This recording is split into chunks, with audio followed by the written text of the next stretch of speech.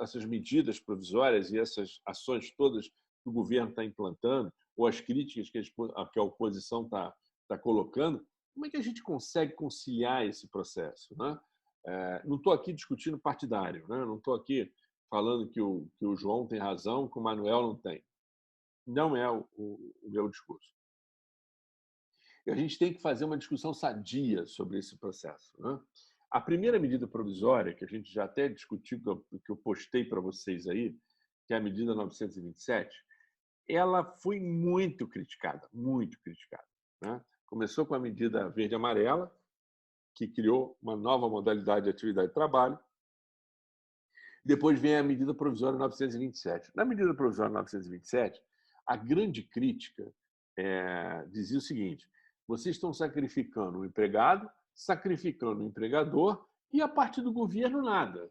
Quer dizer, o empregado pode ter o seu contrato de trabalho suspenso por um determinado prazo e, ao mesmo tempo, o governo não participa com nada. Não tem nada que possa beneficiar a intervenção estatal. Eu não sei de onde, mas apareceu uma quantidade de dinheiro absurda. Eu nunca vi tanto dinheiro ser anunciado, não sei se vocês já repararam, tanto dinheiro ser anunciado em todos os lugares dos estados, do município, da União. Todo mundo está morrendo cheio de dinheiro. Eu nunca vi esse discurso. Sempre o discurso foi: nós não temos dinheiro, está todo mundo apertado. Agora não, por exemplo, o dinheiro por todo lado, né? Não sei quantos bilhões de reais estão circulando.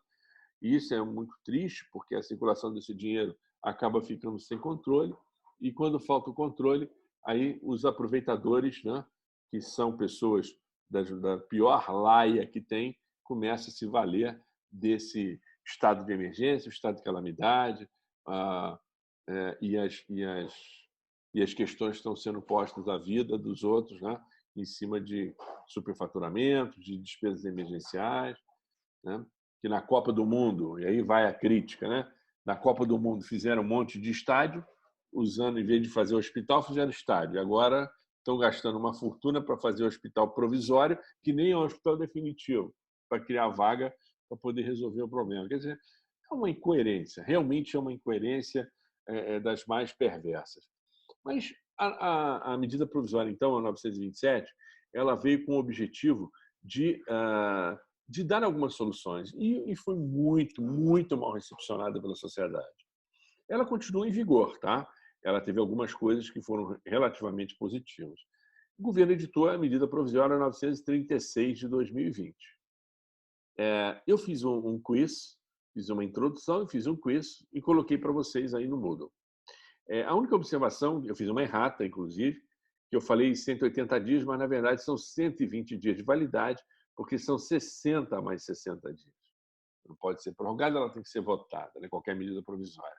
Ela tem dois elementos importantes que a gente não pode esquecer das aulas lá do primeiro período, do segundo período, melhor dizendo. Quais são os dois elementos? A urgência e a relevância do assunto editado da medida provisória. Então,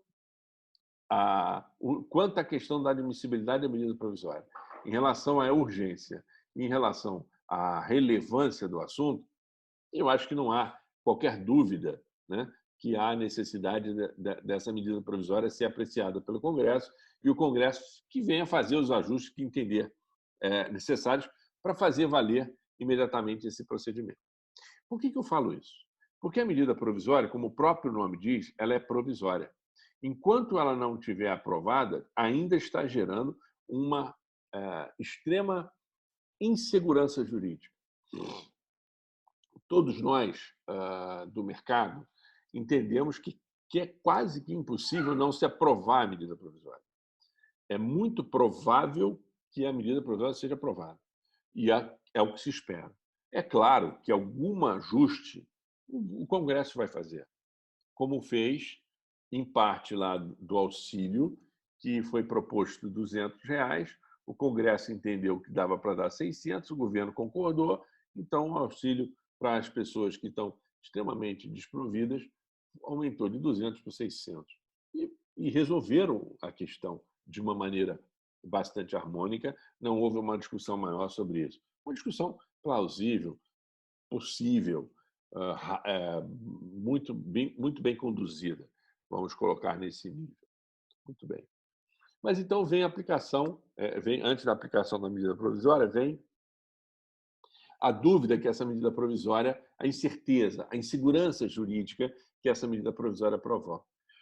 Não pelo seu conteúdo, não é pelo seu conteúdo, é porque qualquer cláusula que nelas tenha, qualquer direito que nela seja discutido, você, se ela não for votada da forma que foi apresentada e houver uma alteração, já alterou aquela realidade. E aí a gente não sabe em que nível que essa realidade vem. Um exemplo: a suspensão do contrato de trabalho, não, vamos botar aqui a redução proporcional a redução proporcional dos valores do salário. Proporcional jornada, diminui o valor do salário, diminui o valor do salário, diminui, não o valor hora, mas a quantidade de recursos que é pago ao funcionário. Vamos imaginar que o Congresso venha e mexa nesse percentual. O empresário vai ter um problema, o empregado vai ter um problema. Como é que ele vai receber isso? Qual a diferença? Ou se ele recebeu, como é que ele vai devolver? Que não vai devolver. Então, nós temos situações que geram uma incerteza. O Congresso tem 60 dias, mais 60 dias para aprovar, né, para julgar. Se não aprovar, né, ela caduca. Então, volta ao status anterior. E aí, se voltar ao status anterior, o que vai acontecer com os contratos que estão suspensos? O que vai acontecer com essa redução que foi dada? Vai considerar como rescisão? Vai considerar como uma forma de retroagir a esse status anterior? Como é que a gente vai resolver isso, né? Então, isso gera uma insegurança jurídica ainda bastante preocupante. Aos senhores que serão gestores, isso influencia diretamente na tomada de decisão que vocês têm hoje. A sua tomada de decisão é no sentido de suspender a atividade laborativa? A sua tomada de decisão é no sentido de reduzir proporcionalmente a jornada? Né? Como você vai fazer com relação ao contrato de trabalho dos seus funcionários, dos seus gestores, dos seus empregados? E como isso vai repercutir? Qual o passivo trabalhista possível que pode surgir daí, a partir de uma manifestação do governo? Professor, Pois não, fala. mediante tudo que o senhor está falando, eu tenho uma dúvida. Pois não? É possível que o empregador limite minha carga horária para limitar o meu salário também? Lucas, essa é a questão. Se a medida provisória ela está válida, o empregador tem duas possibilidades. Ou ele suspende o contrato de trabalho e o empregado vai receber da Previdência da Caixa Econômica através do dinheiro que está lá no Fundo de Garantia, né, da gestão do Fundo de Garantia, junto com o PIS/PASEP. Tá? Então, ele vai receber um valor do auxílio-desemprego que é proporcional a como se ele tivesse rompido o contrato de trabalho, que está limitado lá ao valor do 1.800 e alguma coisa, ou um pouco mais.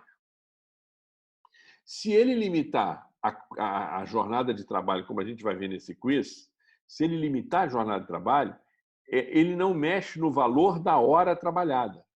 Mas se você trabalha menos hora, você vai ter um valor menor ao final do mês. Isso será aplicado, e aí a gente vai ver as competências, para aqueles que estão acobertados pela medida provisória. Não todos estão. Tem aí algumas partes da sociedade que não estão protegidas ou que não serão atingidas pela medida provisória. Não sei se te respondi, mas assim, haverá sim uma redução. Essa redução, a gente vai ver um pouquinho mais à frente em que nível que ela vai se dar. Então, vamos lá. Falando agora do que eu passei para vocês. Inicialmente, eu coloco lá que é um conjunto de perguntas e respostas baseados na medida provisória 936 de 2020, elaborada para garantia da empregabilidade, tendo como as principais fontes as medidas, a própria medida provisória, as duas medidas provisórias são a fonte que eu utilizei para fazer esse quiz. Primeira observação. que é importante. A medida provisória, ela 936, ela tem como objetivo, diferente da medida provisória 927. A 927, ela criava regras trabalhistas e dava outras soluções. A 936, ela visa, se você olhar lá, a garantia da empregabilidade. Da empregabilidade para passar a crise que a gente está passando. Tá? Então, se você pensar na abrangência dessa norma, ela vem com o objetivo de garantir a empregabilidade. Já é um ponto positivo, porque eles passaram a unir dentro dessa lei, dessa norma, melhor dizendo, dessa medida provisória, o conteúdo da preocupação do direito ao trabalho, da saúde do trabalhador, mas um grande volume de informação referente à empregabilidade. Como eu vou manter esse cara produtivo ou no emprego? Qual é a garantia que eu vou dar para esse cara? Então, essa é a preocupação da medida provisória. Tá? Uma preocupação que merece realmente uma ideia, melhor dizendo, merece uma atenção nossa. Vamos botar assim. Bom, a medida provisória, eu faço a primeira pergunta lá do quiz. A medida provisória 936 tem validade imediata? E aí eu falo para vocês, só errei no prazo de 180 dias, né? Eu boto lá que sim, ela como medida provisória, ela tem validade imediata a partir da sua publicação, com 60 dias, prorrogáveis por 60 dias, totalizando 120 dias. Isso pode gerar, como eu disse aí na nossa introdução, uma certa instabilidade jurídica, tendo em vista que nós não sabemos ainda o que o Congresso vai aprovar. Esta discussão do que o Congresso vai aprovar que me incomoda um pouco ainda. Tá? A segunda pergunta que eu coloco, se vocês tiverem dúvidas, vão interrompendo, não se acanhem, não tenham pudor. Me chama a atenção que eu vou refazer a informação, tá bom? A segunda questão que eu formulei, ela tem o seguinte tópico. Todos os empregadores poderão aplicar a medida provisória 986 ou há alguma limitação? Bom, o artigo 3º da medida provisória determina que não se aplica as regras da medida provisória aos funcionários públicos, seja da administração direta ou da administração indireta, seja das autarquias, empresas públicas ou de economia mista. Ou seja, excluindo estes, todos os outros podem ser aplicados. Então, lembra, empresa pública, 100% do capital é público. Exemplo, Caixa Econômica, Correio, etc. Empresa de economia mista, parte do dinheiro é público, parte é privado. Banco do Brasil, Votorantim, Votorantim não, que é privada, desculpa, Vale do Rio Doce, entre outras empresas que parte do Petrobras, não se aplicam a essas grandes empresas.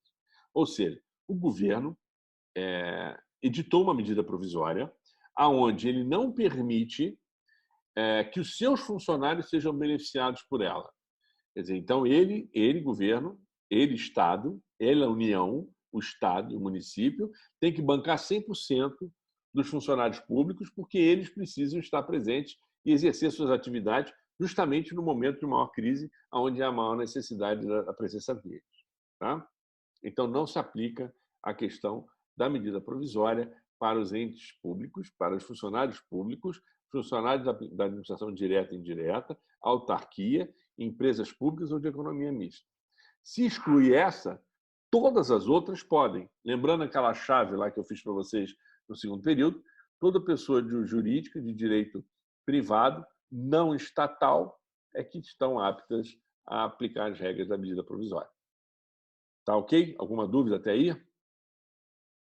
Muito bem. Se tiver dúvida, por favor. Não, por enquanto está tranquilo. Tá ótimo. Terceira quiz que eu coloco para vocês. Quais as medidas efetivas para a preservação do emprego e renda? Né? Eu disse que o objetivo da lei aplicada, né, da medida provisória, era a garantia da empregabilidade e da